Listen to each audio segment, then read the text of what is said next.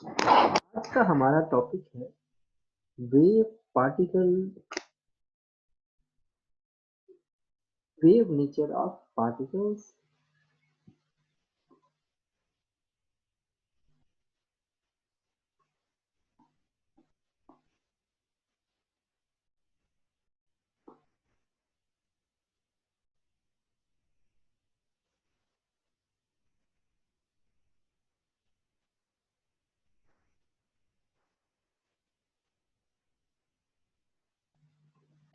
अच्छा, कुछ फिनोमिना हम जानते हैं, जैसे अभी हमने कुछ दिन पहले पढ़ा कि आपके पास एक न्यूक्लियस है, न्यूक्लियस के बाहर एक शेल्स मौजूद है।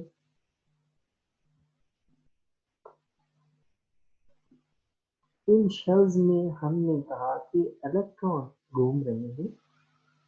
इस तरह से हमने कहा कुछ इलेक्ट्रॉन्स इनके अंदर रिवॉल्व कर रहे हैं।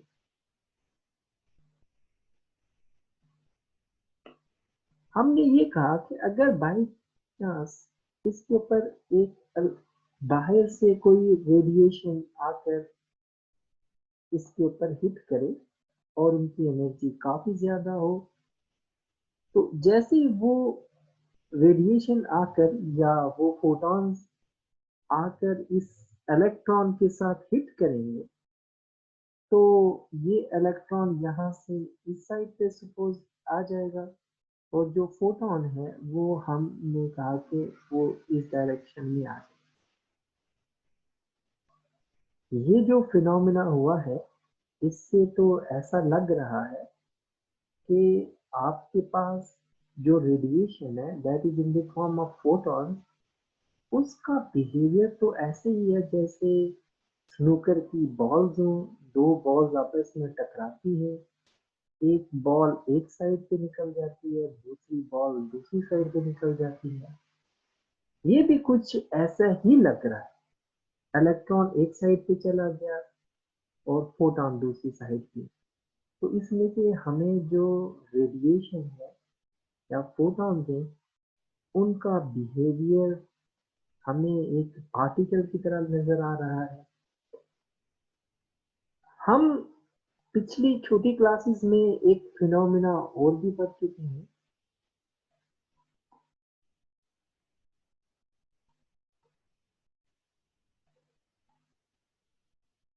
सपोज कि ये आपके पास कोई सरफेस है, हम ये जानते हैं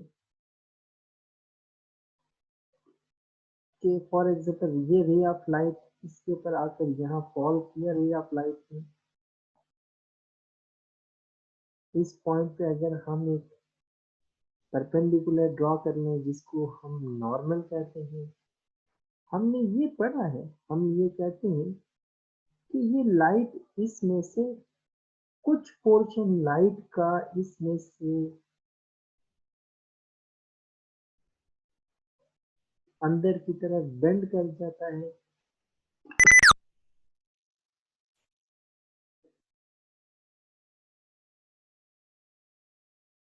और कुछ हमने ये भी पढ़ा है कि लाइट का कुछ पोर्शन इसमें से बाउंस बैक भी कर जाता है। ये रिफ्लेक्शन और रिफ्रैक्शन में हमने लाइट का एक और एस्पेक्ट भी देखा। यहाँ पर light as a wave behave कर रही है। एक और भी हम लाइट के बारे में एक और चीज भी जानते हैं। हम ये भी जानते हैं कि अगर लाइट को किसी स्लिट में से पास किया जाए, ऐसे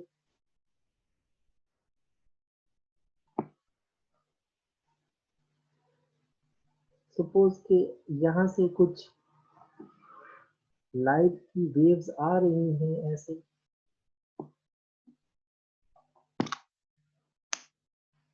जैसे ही वो स्लिट के पास पहुंचते हैं तो वो वहां से बेंड होना शुरू हो जाती है और अपने आप को इस तरह से बेंड करके गुजार देती है और फिर ये आहिस्ता आहिस्ता सीधे होना शुरू हो जाती है। ये जो फिनोमेना हमने देखा, इसको डाइफ्रैक्शन कहते हैं। इसमें भी हमने देखा कि लाइट ने एज अ वेव बिहेव किया।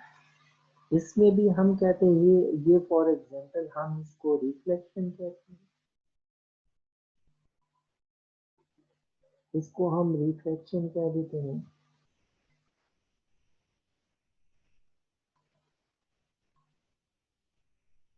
इसमें wave as a particle behave कर, जिसको हम कॉम्पटेंट स्कैटरिंग के नाम से जानते हैं।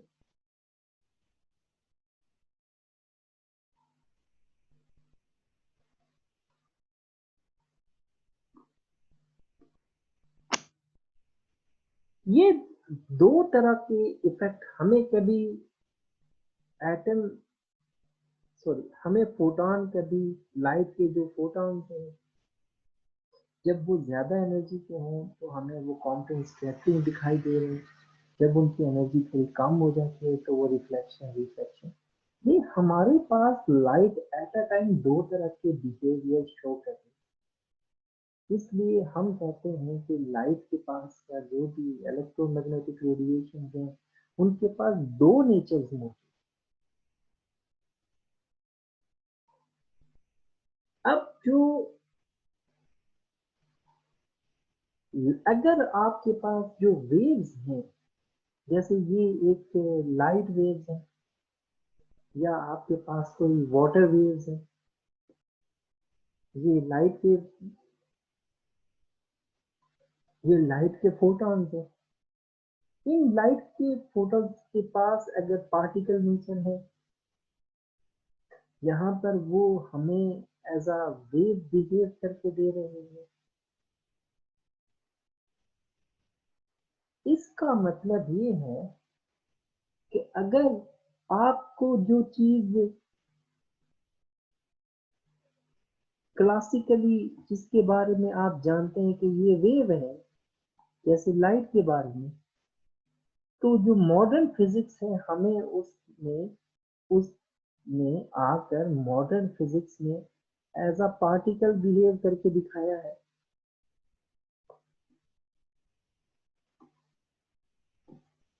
अब इलेक्ट्रॉन के ऊपर अगर आए,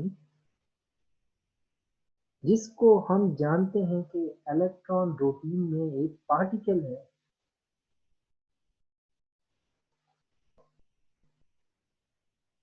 रूटीन में हम इलेक्ट्रॉन को एज अ मैटर पार्टिकल समझते हैं, लेकिन बाद में हम ये भी देखेंगे कि इस इलेक्ट्रॉन के साथ दूसरे, जिस तरह से लाइट के पास दो नेचर हैं, डी ब्रॉय ने ये कहा 1923 में कि जिस तरह से लाइट के पास एज अ पार्टिकल और एज अ वेव दोनों नेचर मौजूद हैं, इसी तरह से इलेक्ट्रॉन के पास दो नेचर मौजूद है।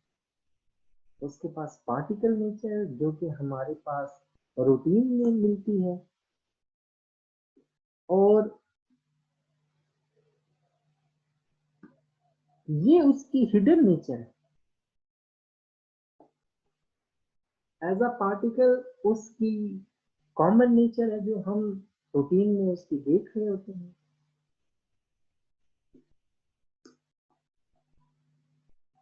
जो रूटीन के फिनोमिना में नजर आ रहे थे एज अ पार्टिकल है, और जो हिडन है वो भी है। सिमिलरली जो आपके पास लाइट है वो रूटीन में हमें वेव बिहेवियर दे रहा था, रिफ्लेक्शन रिफ्लेक्शन डाइफ्लेक्शन, इस तरह के फिनोमिना हमें रूटीन में दे रहे हैं। लेकिन जो उसकी हिडन नेचर है that is a particle nature, जो उसने छुपा के रखी हुई है, जो कि हमें छोटे स्केल पे जाकर नजर आए। अब इसके बारे में अगर हम इलेक्ट्रॉन के ऊपर कंसीडर करें, हम जानते हैं इलेक्ट्रॉन पार्टिकल है तो पार्टिकल का बिहेवियर हम जानते हैं। अगर वो वेव है, तो अगर वेव है तो उसकी कोई ना कोई वेव लेंथ भी होगी। हम उसकी वेव लेंथ चेक करने की कोशिश करते हैं, फिर हम बाद में देखेंगे क्या ये ट्रू है या फॉल्स। आइंस्टाइन ने एक इक्वेशन दी जिसमें उसने कहा कि जो फोटॉन है उसकी एनर्जी आपके पास E इक्वल टू HF के बराबर है। तो आइंस्टाइन की एक और इक्वेशन भी है जिसे हम जानते हैं। हमारे पास दो इक्वेशन है। अगर मैं इसको थोड़ा सा सीधा करके लिखूं तो ये mc स्क्वायर जो है इसको मैं ऐसे ऐसे करके लिख सकता हूँ। अब देखिए ये आपके पास मैस है, c is the speed of light. तो इसको अगर मैं ये कहूँ ये वेलोसिटी है, mass into velocity is called momentum, और इसको मैं ऐसे भी लिख सकता हूँ।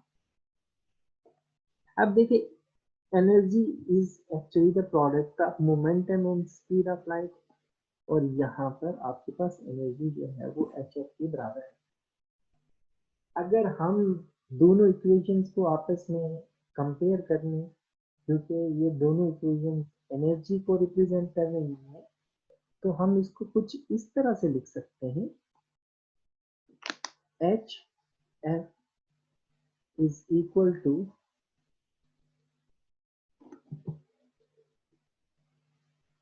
P into C. अब ये सी इधर मल्टीप्लाई वगैरह दूसरी साइड पे ले आते हैं,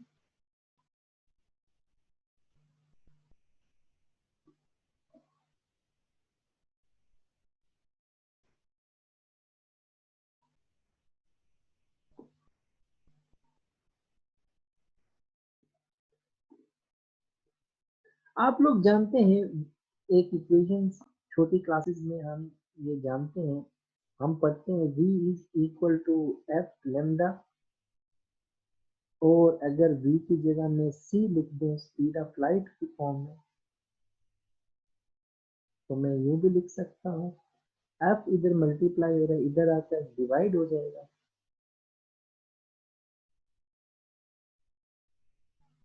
और अगर मैं इसको ऐसे लिख दूं, f को ऊपर रख दूं c को, तो ये किसके बराबर आ जाएगा, 1/लैम्डा के।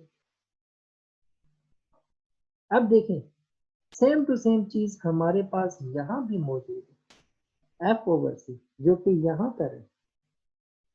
तो इस f/c की जगह मैं यहाँ पर लिख लेता हूँ 1/लैम्डा which is equal to p के।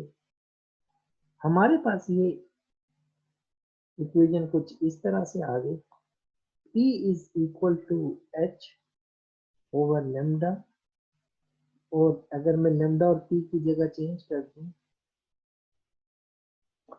तो हमारे पास ये कुछ इस तरह, ये हम कह सकते हैं कि इलेक्ट्रॉन के साथ जो वेव एसोसिएटेड है, ये उसकी वेवलेंथ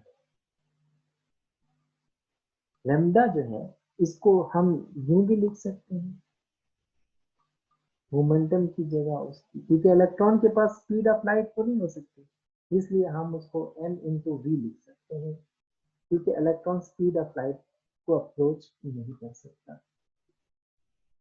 तो ये हमारे पास वेवलेंथ निकल आई इलेक्ट्रॉन की, जो उस वेव की जो इलेक्ट्रॉन के साथ एसोसिएट। अब अगर इलेक्ट्रॉन का मैस पुट किया जाए यहाँ पर, अगर इलेक्ट्रॉन का वेव मैस वगैरह पुट किया जाए, तो जो उसकी वेवलेंथ निकलती है, मैं बुक में से कॉपी कर रहा हूँ उसका आंसर, वो निकल आती है 7 × 10⁻⁻10 मीटर। तो ये 7 एंगस्ट्रॉम के बराबर है।